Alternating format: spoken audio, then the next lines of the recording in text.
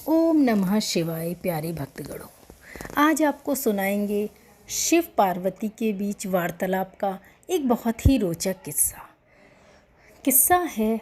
माता पार्वती और शिव शंभू महलों में क्यों नहीं रहते? दुनिया को अनंत अपार सुख देने वाले, महलों का सुख देने वाले, कोठियों का सुख देने वाले खुद उस सुख से वंचित क्यों हैं? तो चलिए सुनाते हैं आपको यही कथा। एक बार माता पार्वती को महसूस हुआ कि महादेव तो देवों के भी देव हैं। सारे देव तो सुंदर महलों में रहते हैं, लेकिन देवाधिदेव शमशान में। इससे तो देव की प्रतिष्ठा भी बिगड़ती है। उन्होंने महादेव से हठ किया कि आपको भी महल में रहना चाहिए।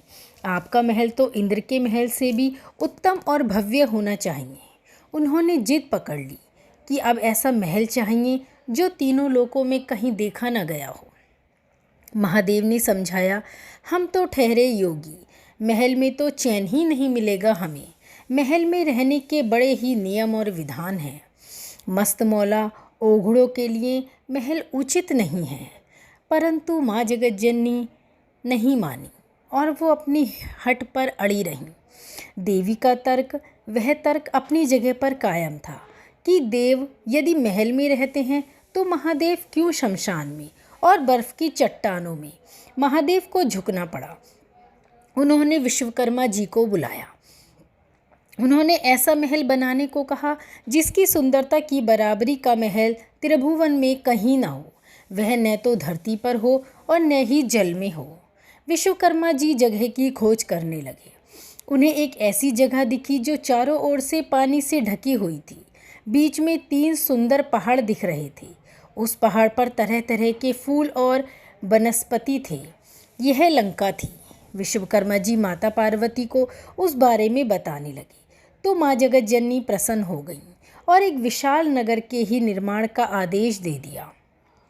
विश्वकर्मा जी ने अपनी कला का परिचय देते हुए वहाँ की सोने की अद्भुत नगरी बना दी, जो देखने में अति भव्य थी। ऐसी नगरी ना ही पहले कहीं देखी गई और ना ही कभी उसके बारे में कुछ सुना गया। माता ने गृह प्रवेश का मुहूर्त निकलवाया। विश्वा ऋषि को आचार्य नियुक्त किया गया। सभी देवताओं और ऋषियों को निमंत्रण मिला।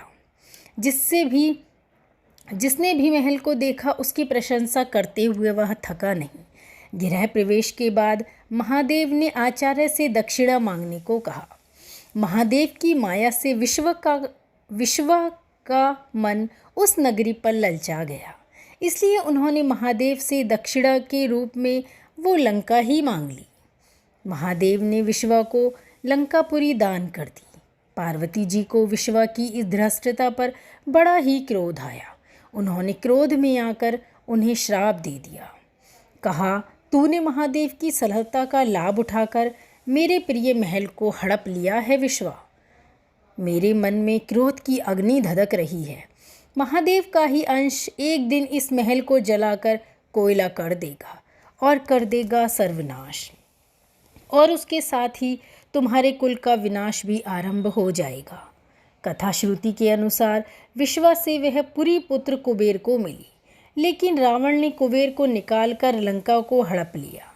श्राप के कारण शिव के अवतार हनुमान जी ने लंका जलाई और विश्वा के पुत्र रावण, कुंभकर्ण और कुल का नाश हो गया।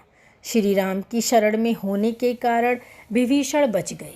जो भगवान की शरण में होता है उसका कभी कोई बाल भी बांका नहीं कर सकता।